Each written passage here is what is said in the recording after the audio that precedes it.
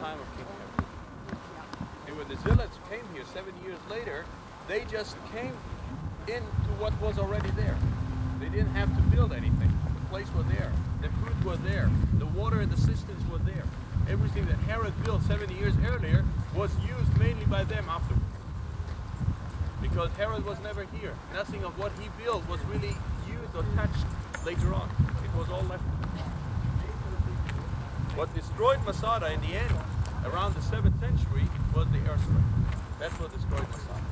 And then after the last time it was destroyed, it was never rebuilt. So from the 7th century, for the last 1300 years, as far as we know, there were no people up here. This is a stone quarry. How lucky they were, they didn't have to carry the rock from far away. Lucky ladies.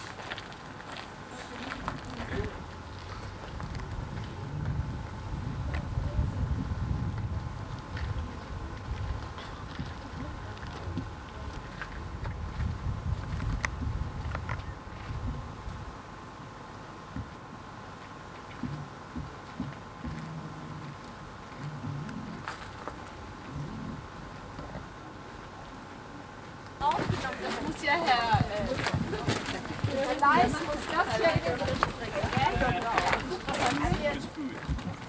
You made your problems. So when Herod built this fortress, he realized right away that those would have been the two, that's where it gets dangerous. First of all, we need to know that in the desert, you do have a few rainy days. And when it rains in the desert, it rains more than any place else. So what you do is you really have to build huge water systems. So when it rains, it will collect all the rainwater. If you have noticed the one on your way going up, how big it was, and that's not the biggest one. It's not the smallest one, but there is a system that is 3 times larger than the one you saw in the rain. So that's how the water would have been collected during those few rainy days. There are other systems on the foot of the hill, and they would have had slaves first who would be the ones carry the water up to the fortress.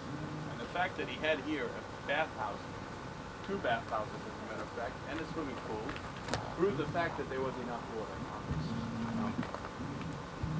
So water, you have to be very careful. You don't waste any water, of course, but in the rainy season, in the winter time, but what he did, he built huge storerooms, as what we are looking now to, and filled them up with food.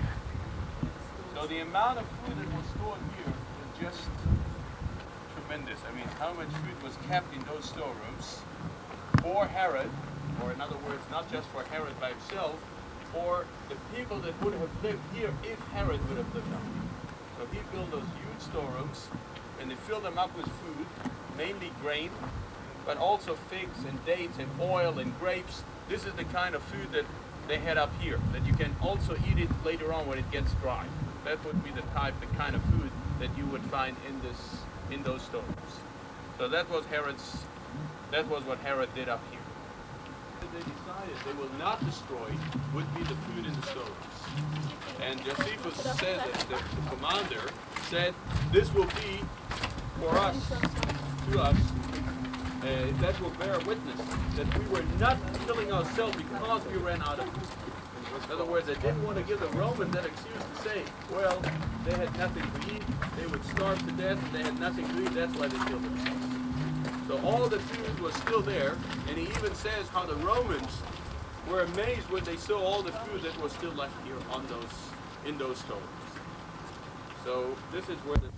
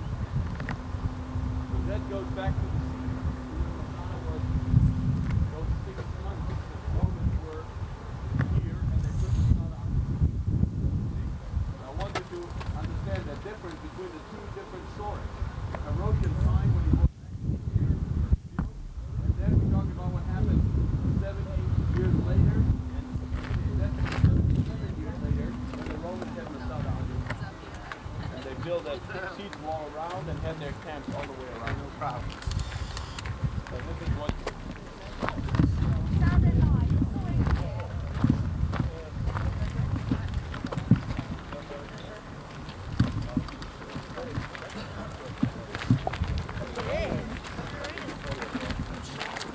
Okay, built himself 2 palaces, as I already said, and we are now in what is called the Northern Palace.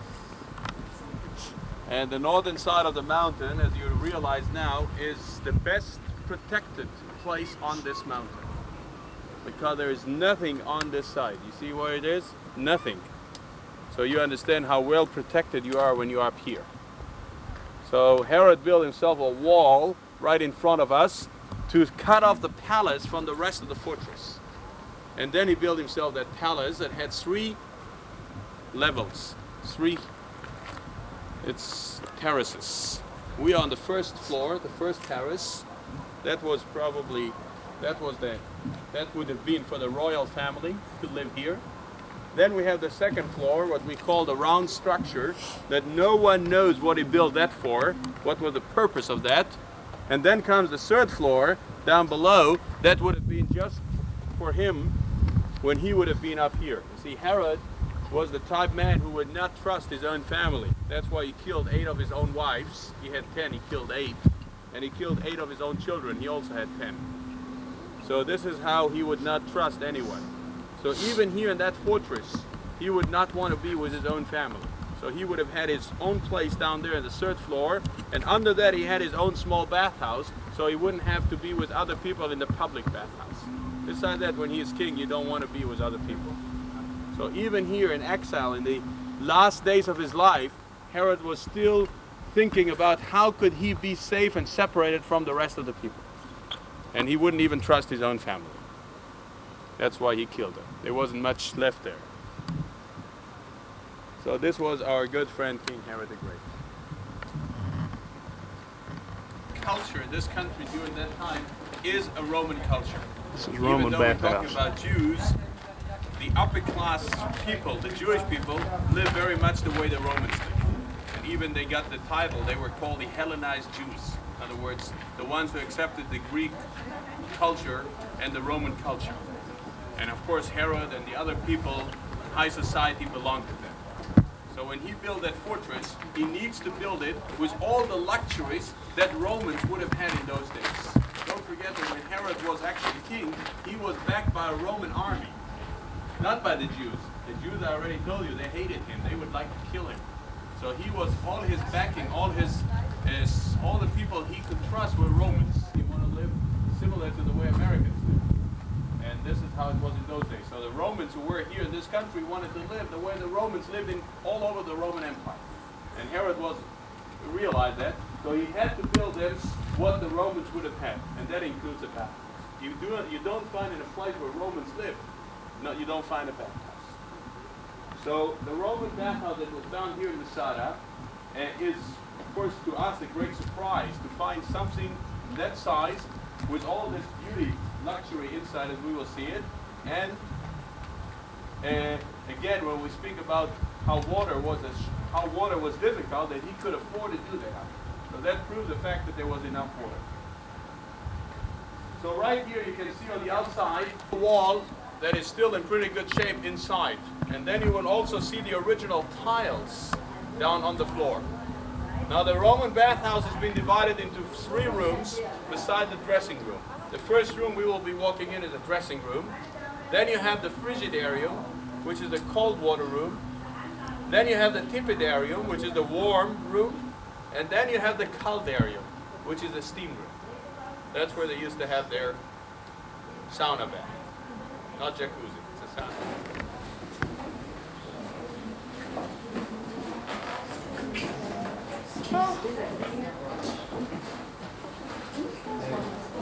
Back there, did you see them? The original tiles and the original frescoes on the wall. The original fresco.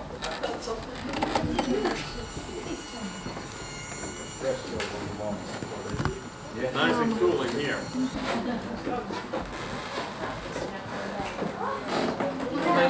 You may well give him a slice too.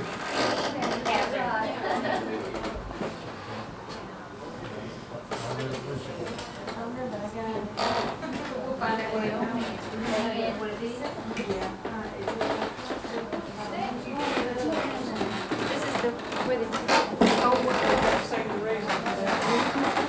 way they do it. I guess. You burn the tunas.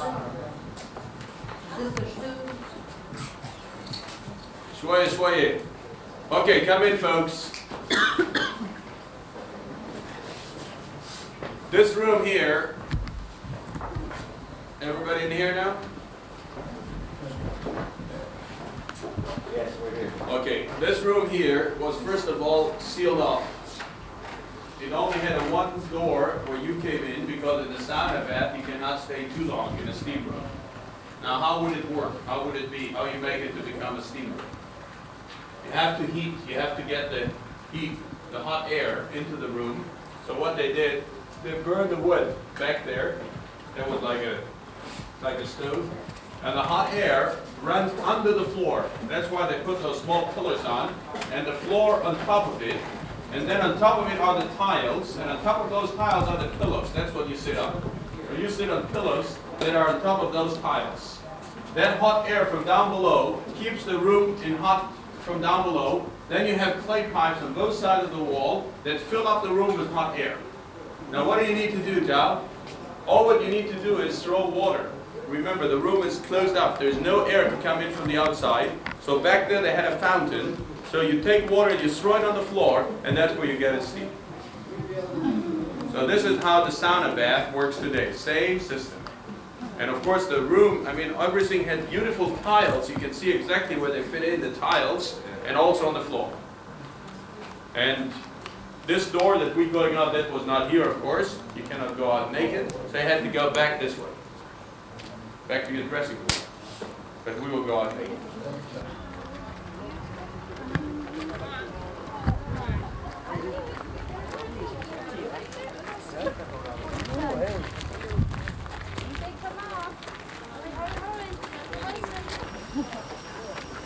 This is the water gate. That's where they used to carry the water up from the lower cisterns that are on the foot of Masada. There was a special road, a special path, where the donkeys used to bring up the water that was mainly used for the bathtubs. See, you don't waste any of the water from the cisterns that you have up here. Those water you use for emergencies.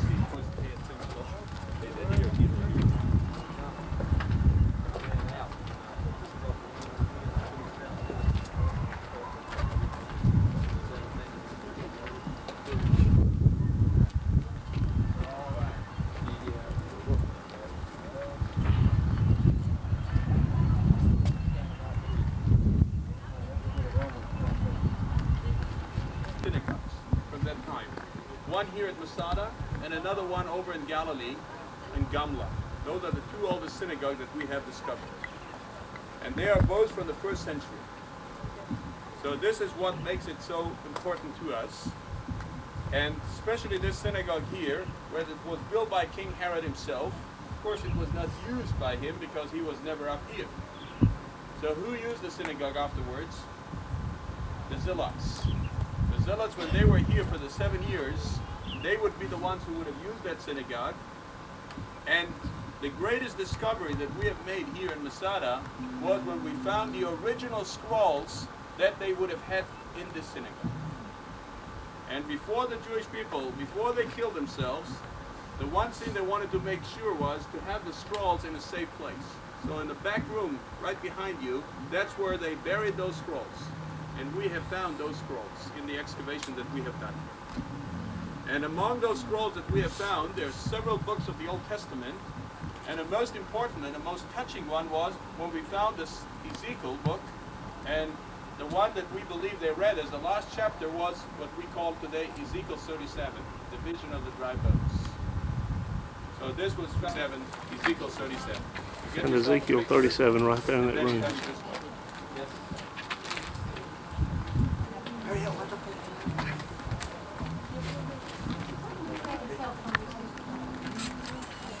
Now the synagogue had a second floor. That's what those columns are for. You know what that was for? No, ladies. That was for the ladies. They sit up on the second floor. So you're lucky I let you sit down here So he knew that? with the man. So we're talking about a synagogue that was still in existence when the temple was in existence, okay? You understand the significance, the importance of this synagogue? That's the point here. We'll talk more about that in Comron when we talk about the synagogue.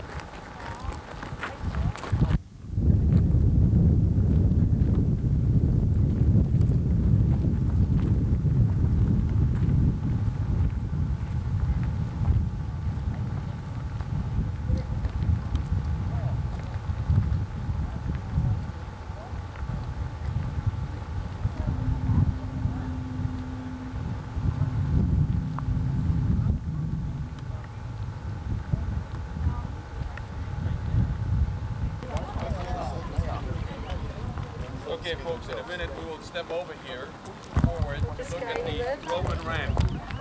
That's where the ramp, that's where the Roman ramp was. And that's where part of the wall has been missing, as you can see, which means that's where the Roman soldiers first came into the fortress. So they broke down the wall here. When they entered the fortress, they did it from here. So as soon as back. Why would they do that?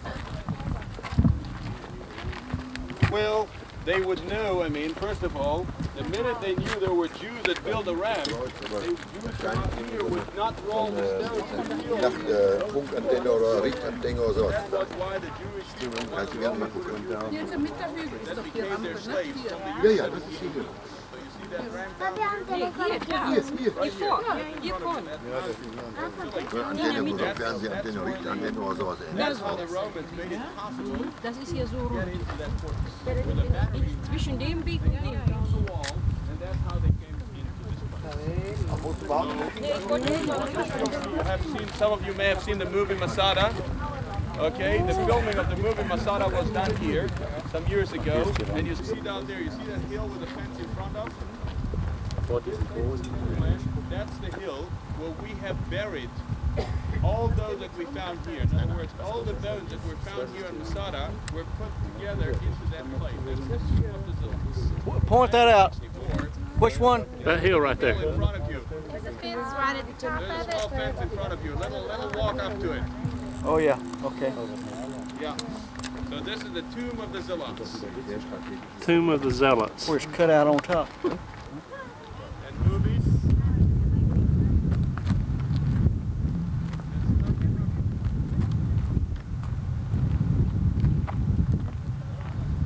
No, the Romans didn't build them at that point.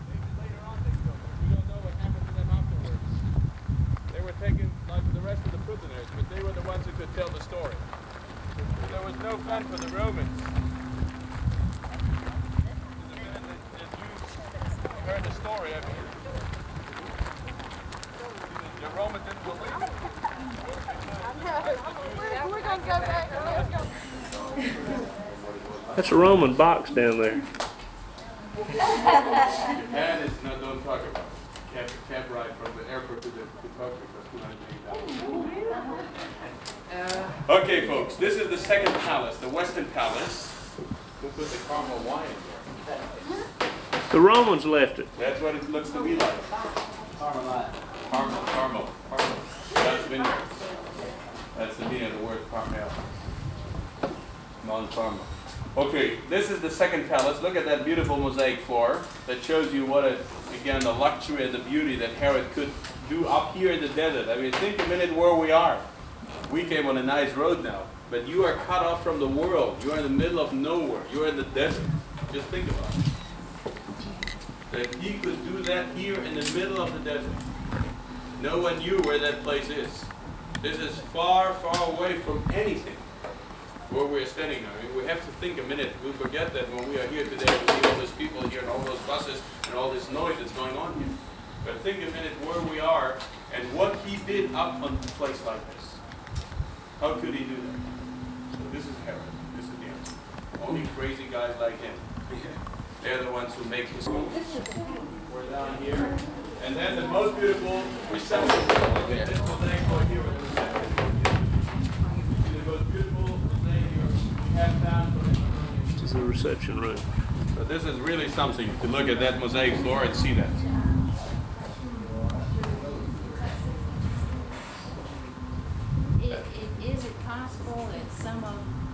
that there are more excavations to be uncovered? Not on Masada really. I mean a little, but no, it's not. This place is being excavated. I mean 90% of that site has been excavated. So all the important places have been found. But of course there's still a little bit more to do. You can consider this as an excavated. The excavation has been done. But we have hundreds of places that haven't been touched. Not like Masada maybe, but many ancient cities and many places that we just discovered here and there. And of course the big, all the furniture working on this. This country has people living here for the last 10,000 years. But no question about it that Masada historically is, I don't want to say the most important, but definitely sure among the most important places that we have found. The story of Masada is one of the greatest stories in the history of the Jewish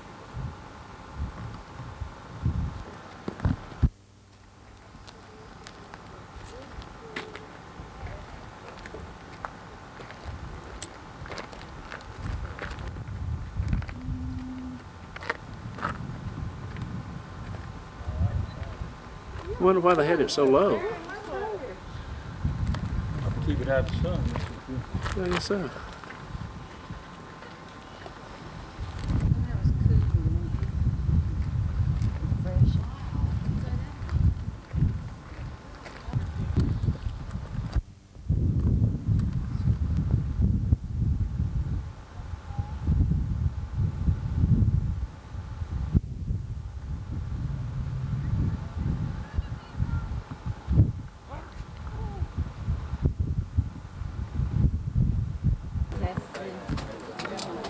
What is it, Masada?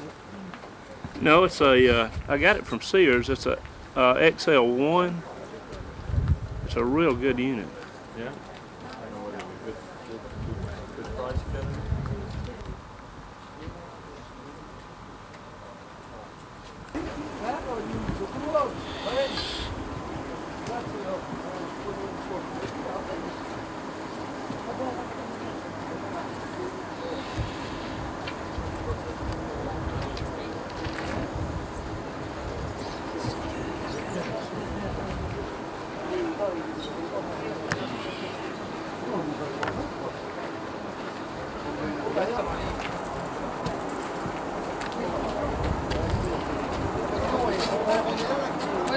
Ah oui, ah oui.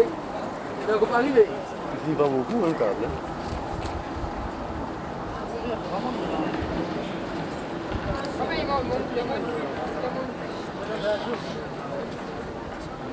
They're not taking anymore. Not bringing anybody else up.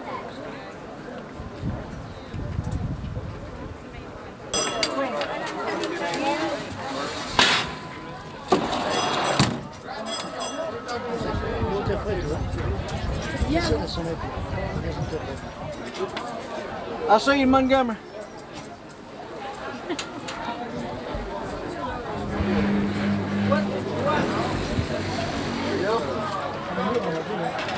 Oui, nous, on va du côté là.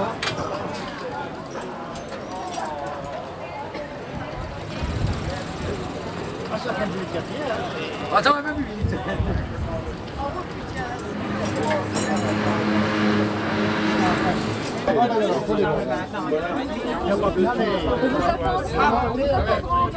On est relié directement avec la Russie, il y a le téléphone rouge là-dedans. On vous attend là. Ah bon, appelle-moi en Moscou avec le téléphone rouge. Oui, on avait un carte. Ça, on verra des gars. Il faudrait acheter des cartes postales bien partir, putain, il reste sur le... Elle reste sur le carreau, comme dans les nids. Ah oui, c'est vrai, elle est partie. T'oses pas regarder au bas, toi? Non, mais ça remet, ça remet. Ah, ça fait du bien.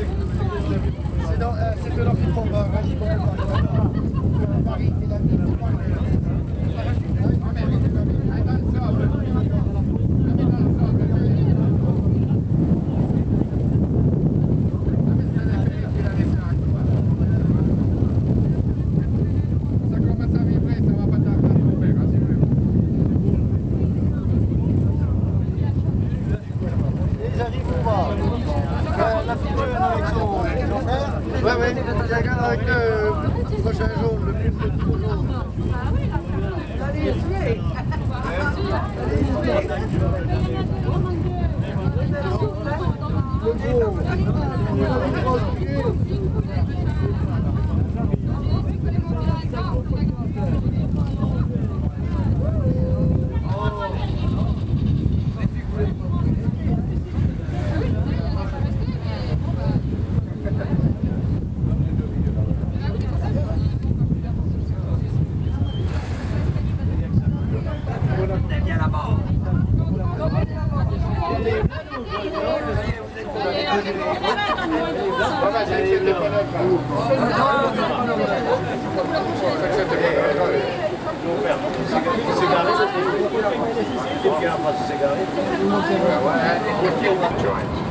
Again, I say maybe because some people really don't like this. Where it gets to your eyes or gets any place in your body where you have something you have wounded or something, it really burns.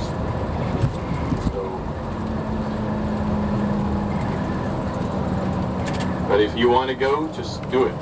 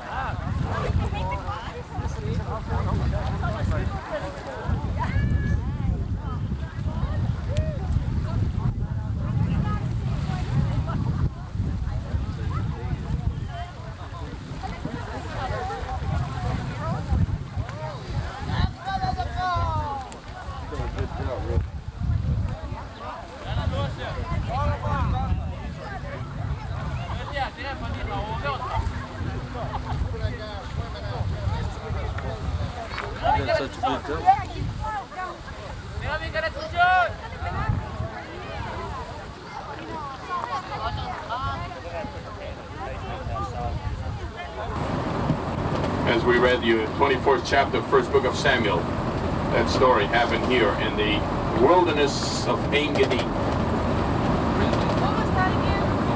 Samuel, 1 Samuel, the 24th chapter. King Saul, when he wanted to kill David, or David had to, God chose to be the king of Israel.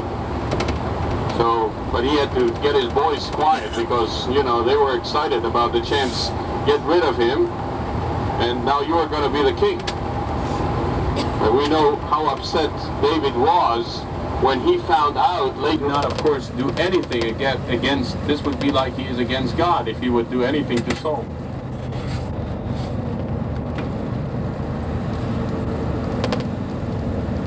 Let's see if they're still here, those, that's where we took their picture. The wild goats. See, they look they look just like the rock.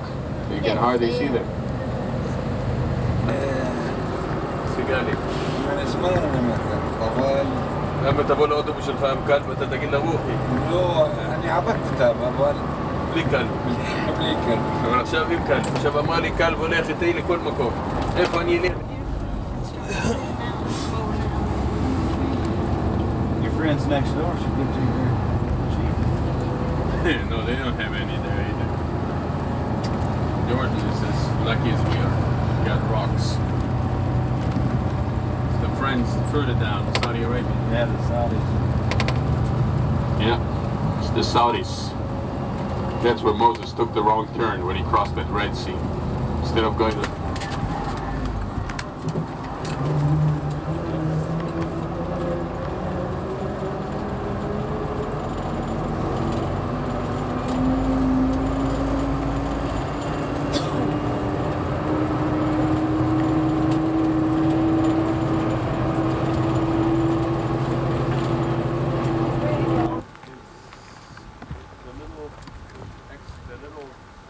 community, as you can call it, that was here some 2,000 years ago, when there were some Jewish people living here, known to us as the Essene community.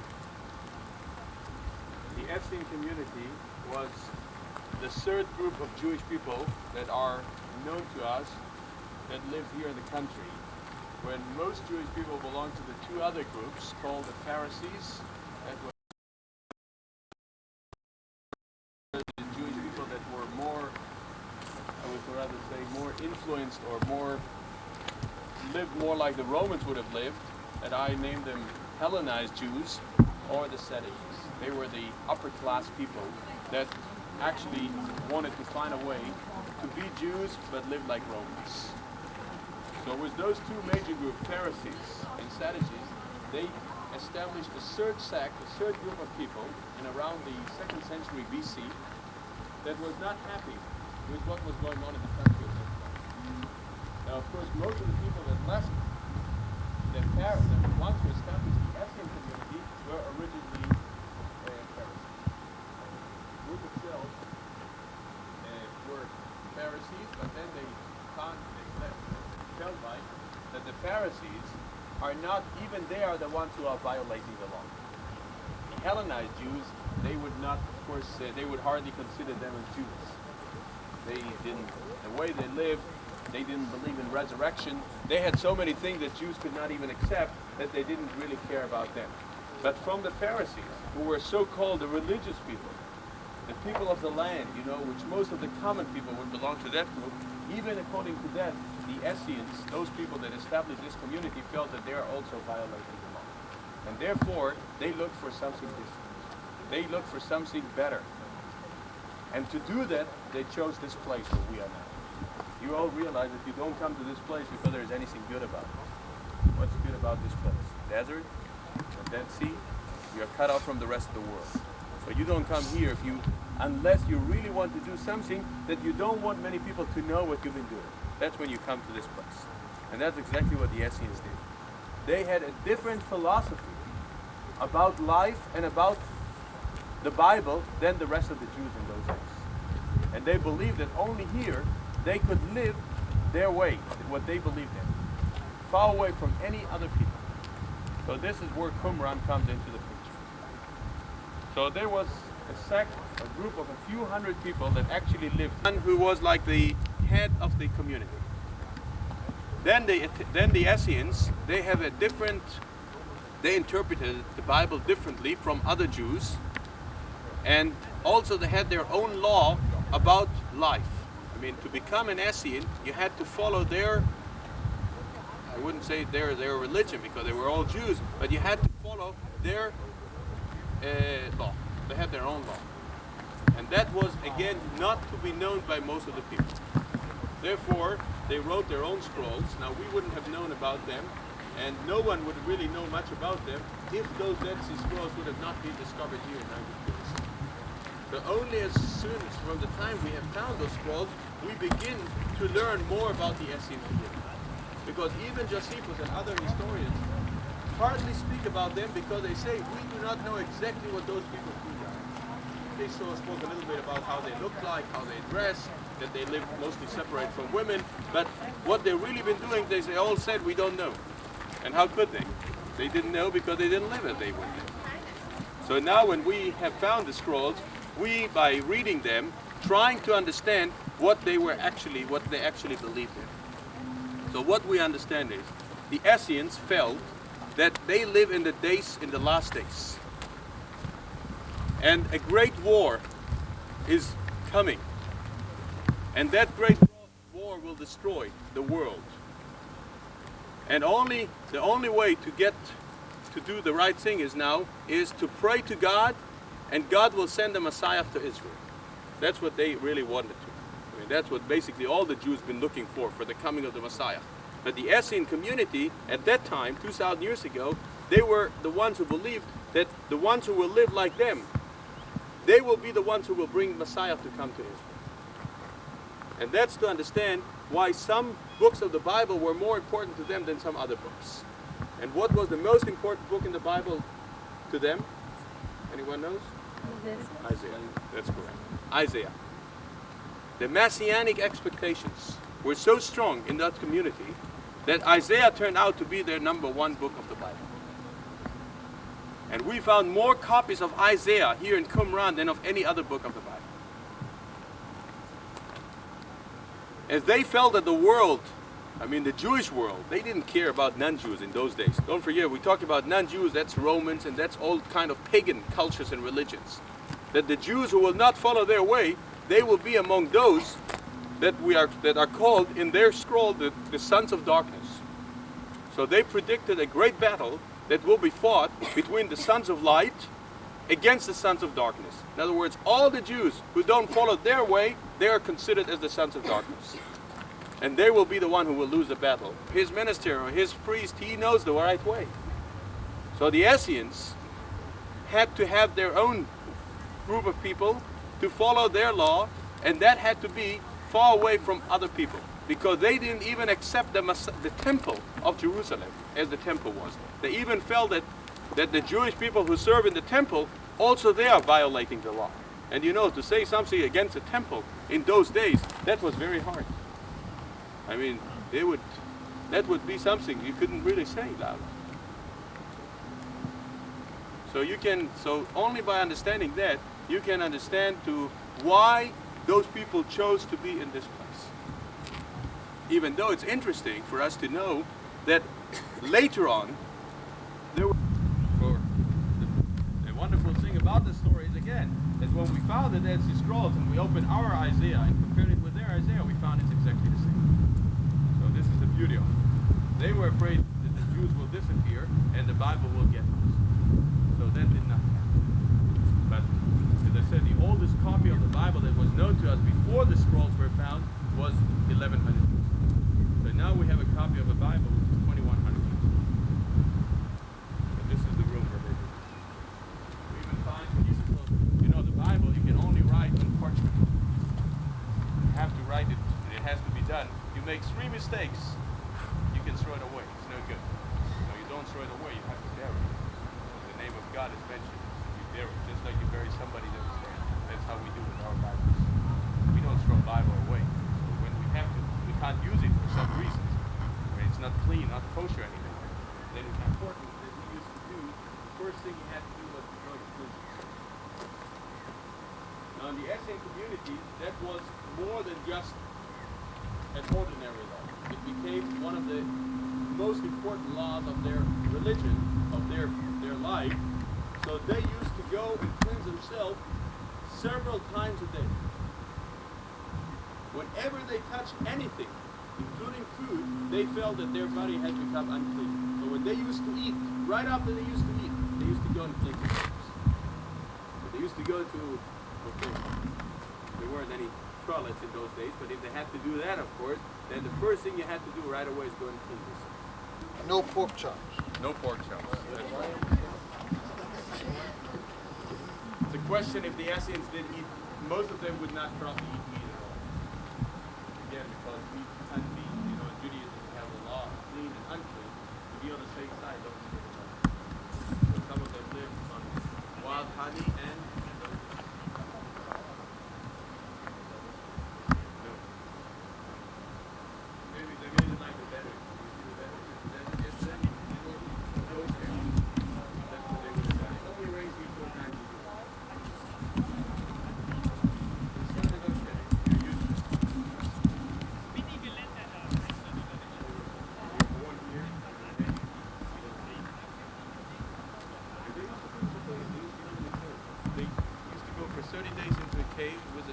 and study it, not come out for 30 days. Some had to be working, they had some pottery workshop here. This is how they lived. They lived in a community, and each one had to go up. The laws had violated the law. Therefore they said, no way, we will make our own law. And if you want to live as we tell you, this teacher, they had some elders, some people who were actually discussing it, and then they put it in writing and said, that's it. So you either accept it or not. So there was no way to live unless you accepted every word, and there was no discussion going on about it. This is the way.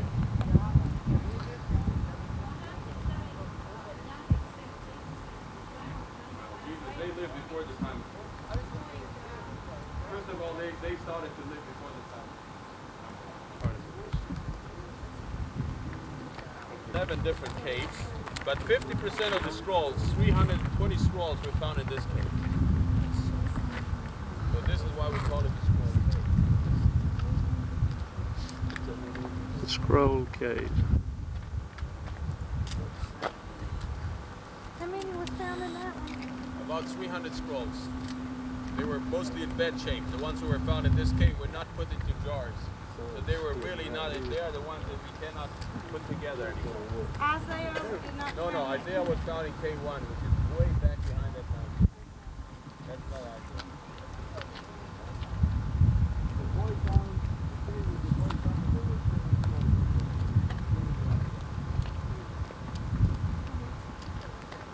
All the there are 9 caves behind that mountain. Only 2 caves are down here. One is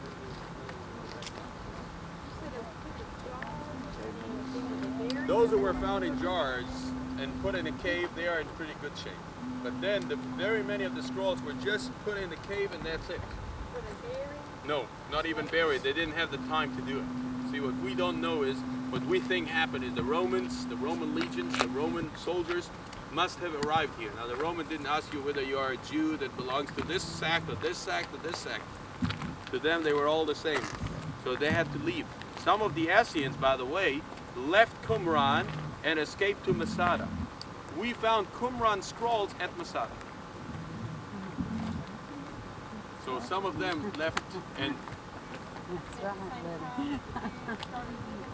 I didn't put them in. So I ain't gonna have to bag it.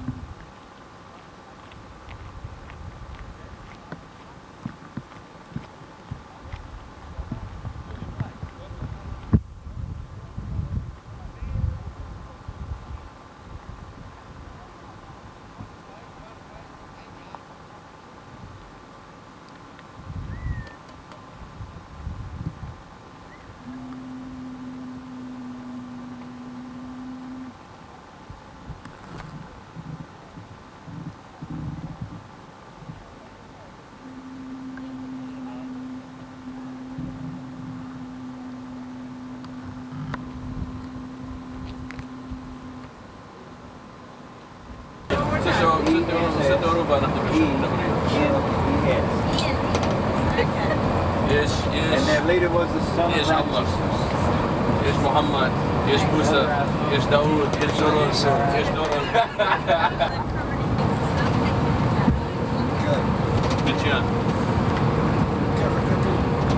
Is that a cemetery up on top of that hill? No. Here again, sheep and goats. And the donkey.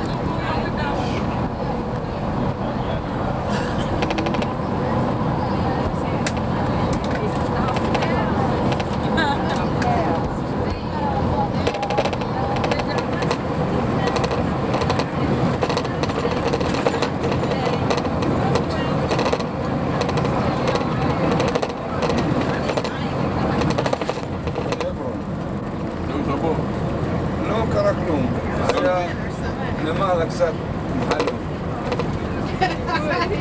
עכשיו לא נוסע להברון? הוא נוסע, לא אכפת לו. נתנו לו את הכל, אני חושב. ילך מן עץ? לא, לא נוסע. בלי עץ. סגור אומרת המשטרה. Yeah, we're back in Jericho now. We drive through Jericho.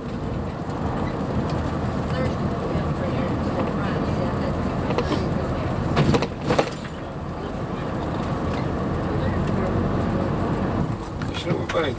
כיף טוב. יוצאים עם ילדים. I've decided I don't want the slides. See, I've got 2 cameras back there, and I thought one of them was tore up. I've got slides. Yeah, I had to roll off one whole roll and learn it, but I've got another. So we're still making the cover case, may be good. Isn't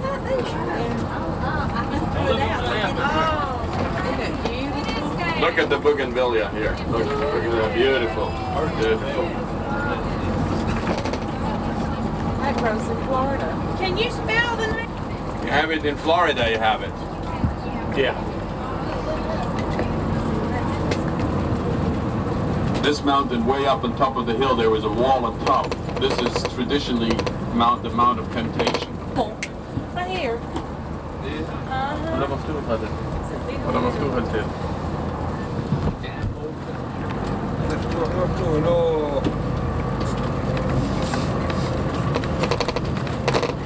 This is the old city of Jericho we're just passing by now, as we are on the way to Galilee.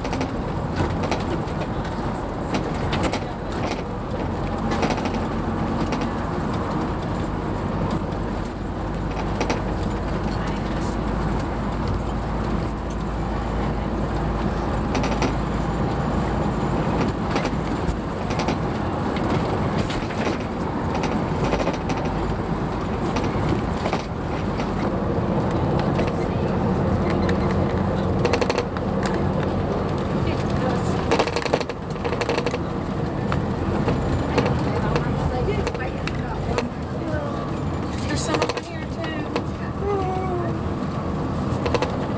They separate the sheep from the goats.